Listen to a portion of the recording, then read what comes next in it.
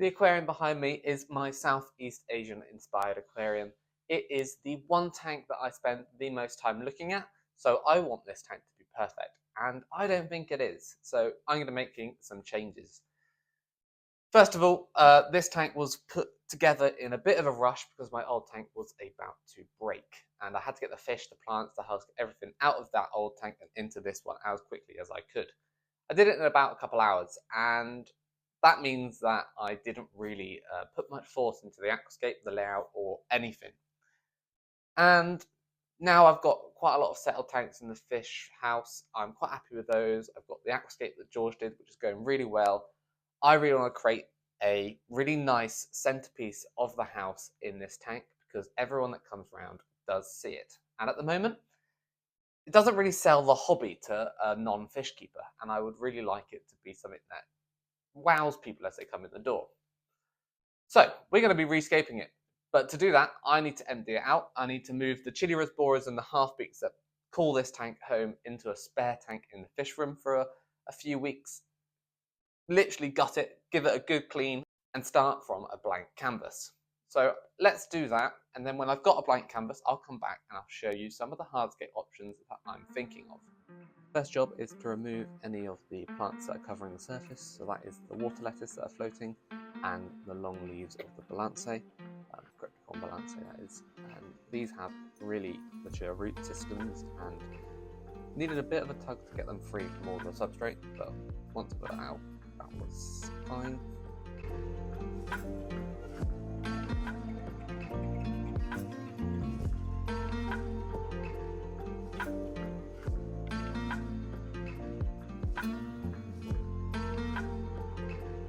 I have made a mess of the tank, but look at all that balansae that I've just pulled out. And if I get one of the long pieces out, that's how tall it's got, which I would say is a good meter.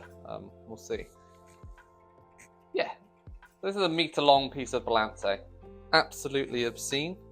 I might keep hold of it and put it back into the tank once I've re-escaped it, or I might try and sell it.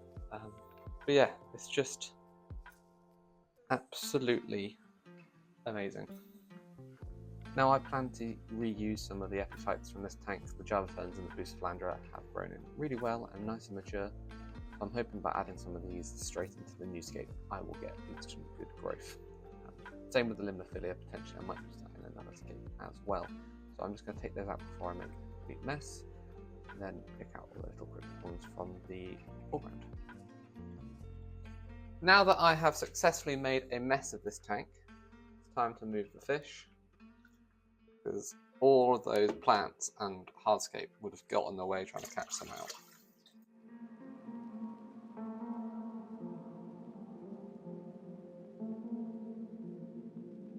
Can you see them there? So I'm just going to take them to their tank. It's the Borneo inspired tank that they were in for breeding, so you've seen it before, so I won't show you. I'm just going to crack on with it, get these moved across, then catch the chili borers out. With an empty tank, it didn't take long to catch all of the remaining fish, and they soon settled into their new home and showed great shoaling behaviour with really bright colours still. But now it's time to go back and get my hands dirty and get the rest of the rock and substrate out of this aquarium, because I can't leave it in there for long, it's going to stink. I'm just going to siphon the water straight out the window that is next to this tank and into the garden, because that is much easier than lugging buckets around.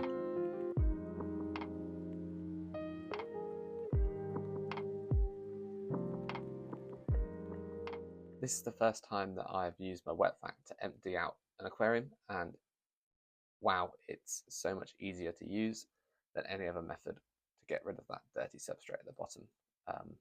They're pretty loud. My dog didn't like it too much.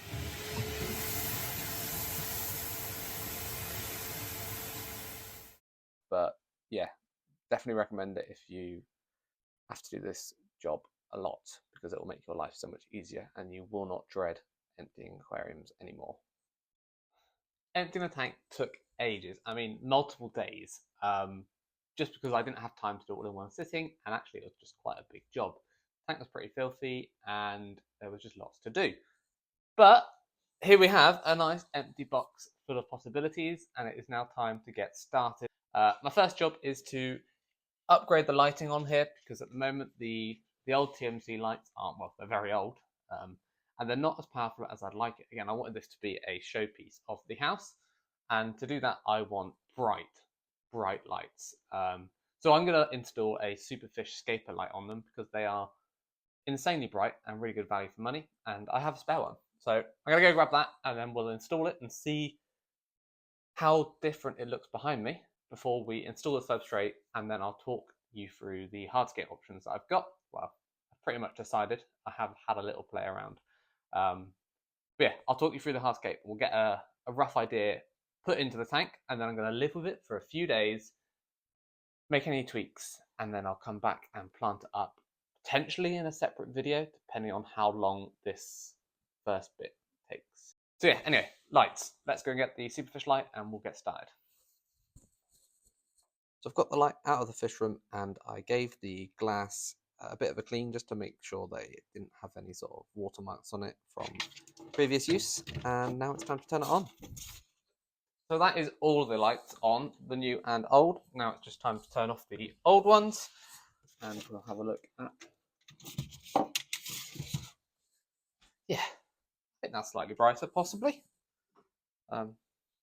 But I can always run one of the others as well. You can really pummel it with light once the plants get going. So now it's time to get the substrate in, and for this aquarium, I'm going to be using the Oase ScaperSoil. I have 2 of the 9-litre bags of the ScaperSoil in the black colour, but it also comes in brown as well. And I'm hoping this is going to give me enough substrate to get a really decent bank of soil at the back, tapering down to a lower amount at the front. I'm currently not planning on using any cosmetic sands at the front here, but that might change depending on how it looks when I've set it all up. So yeah, let's slice these bags open and see how much we've got.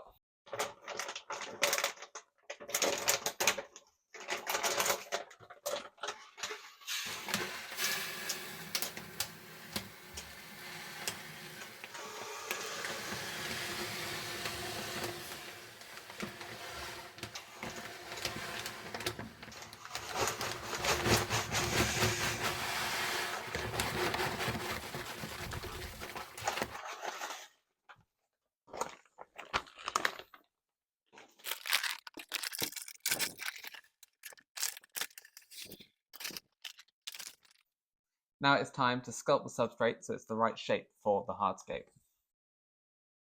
So I've just brought in all the hardscape from the fish room that I'm going to use in this tank. As you can see, I've got a big box of rocks and a load of wood in behind. All of this hardscape came from J&K, where I visited with Fish Shop Matt a few weeks ago. He recorded a lovely little video. I watched it yesterday. It was brilliant. So I'll link that at the end of this video. I'm not going to link it right now because you'll all just jump over and watch his video, not mine. So finish watching my video and then go and watch Fish Up Matt and me going to J&K to pick up a bunch of hardscape for his fish room. My hardscape that I've picked up is, first of all, this Titan stone kit. This is 22 kilos of WEO Titan stone, and they're all really nice, sizable pieces. Obviously, it's not going to look exactly like this. It goes much darker when it's wet. What I'll do is I will get a bucket of water and overlay footage of what this looks like when it's dark and wet. But it's going to look really good, really nice sized pieces.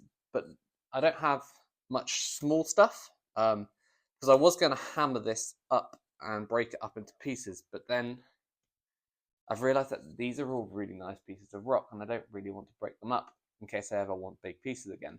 So what I might do is I might quickly place an order for, they do little bags of detailing stones of the same type. So I might just go and buy a nano Titan bag and hopefully get that shipped to me before my plants arrive. Or at the same time as my plants would make most sense.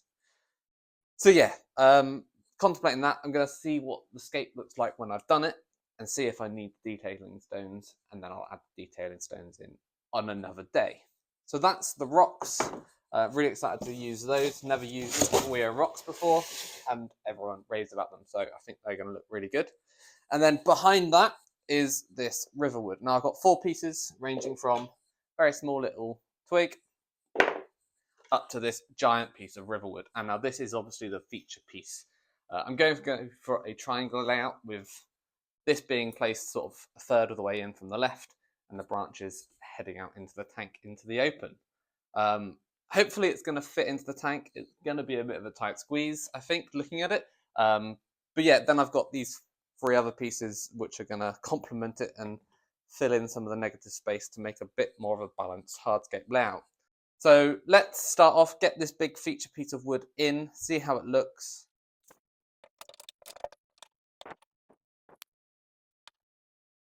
So I think it looks quite good there, just almost a third of the way along. I think maybe this could come across a little bit to fill up a bit more of this right hand side. Have that more of a third of the way along. It's not far off, I don't think. And that's not going to work. So I'm going to have to cut at least that piece and possibly this piece. And I might also cut that bit back there because it's very close to the glass. It's going to make cleaning it quite difficult. So I might just be able to clip off the end of that one. You can see at the front, we're also very close to the glass. So there we have it. Cut that end off. Try to keep it as rough as possible so it's not a clean cut. And I think that works quite nicely, especially from the front. So yeah, that bit now fits.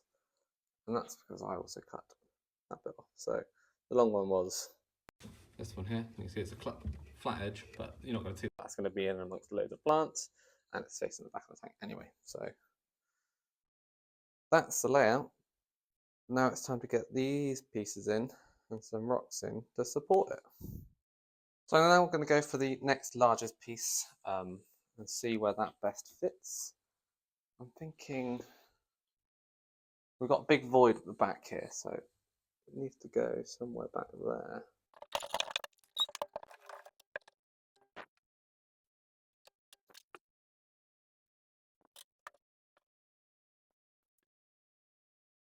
Every other piece is quite straight. I'm not sure this really obvious curve is quite right. And actually, if you look here, there's almost a break. I reckon I can break that really nicely. Use this piece in this gap, and then this piece to add more interest over here. I do have one other piece of wood, which I think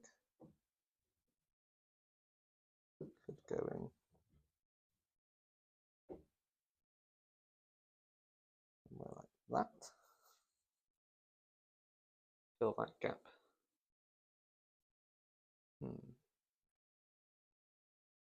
So yeah, you can kind of see that it's sort of splitting here, and I don't think I'm quite happy with the curveness of this piece. So I'm hoping I might be able to just snap that. Yeah, that's going to go. But I'm worried I'm going to break the camera. So I'm going to move away from the camera. I'm going to break that in half. And now we have 2 pieces instead of 1.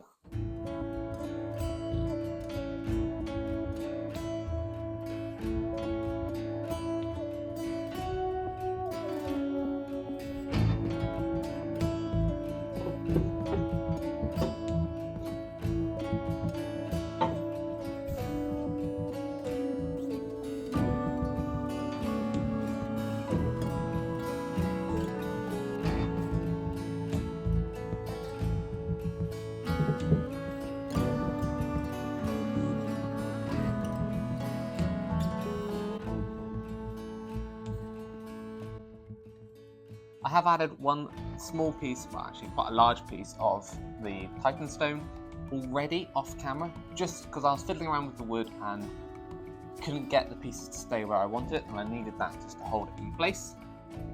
I'm quite happy at the moment with how this is looking. I think this section here of the wood needs tweaking. There's too many pieces of sort of lined up, so I'm going to play around with that as I put the stones in to fill some gaps. There's a big gap here that I need a big, large sort of statement piece of stone in there, and I think maybe adding some drifting out into the open here to break up the carpeting plants that are going to go out to the far right. So yeah, I'm going to just pop the camera back and mess around with the stones, mess around with the carpeting until I'm happy with it.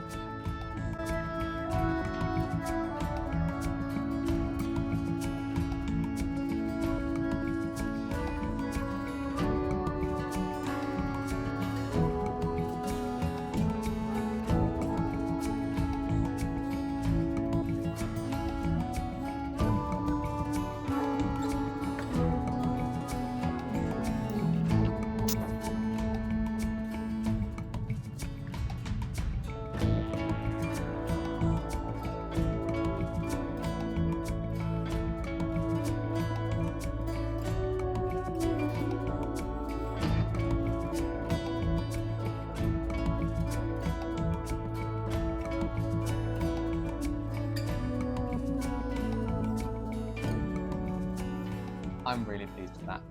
I've not done a proper hardscape like this in, well, forever.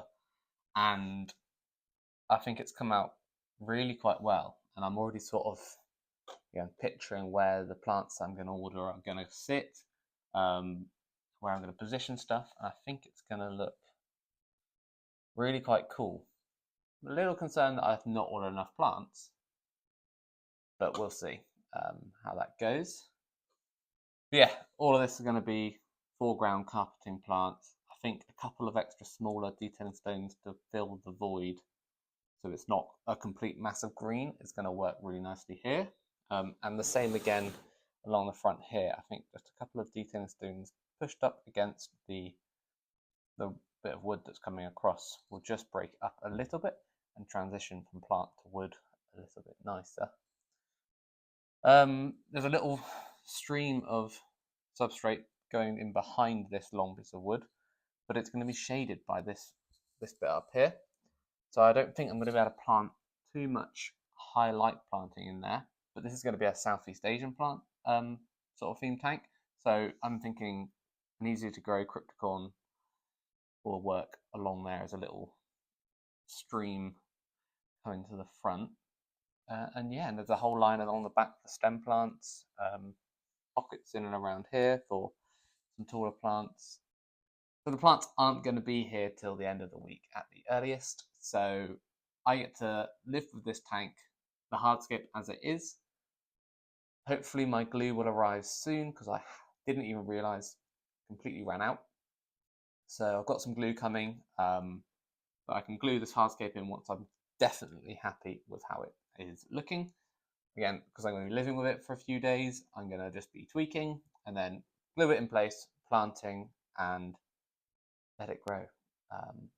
Who knows how it's going to go? This is all going to be low tech, fairly highlighting plant substrate, but no CO2. I do have some CO2 canisters and regulators, but I think they're very old. They're going to need some new seals and all those sorts of things. So if I can go without one, I'm going to go without CO2 and hopefully show everyone how to do a nice low-tech aquascape. I'd just like to say thank you to Oase for supplying the substrate for this tank. It's really much appreciated. 2 bags of substrate has really helped the project.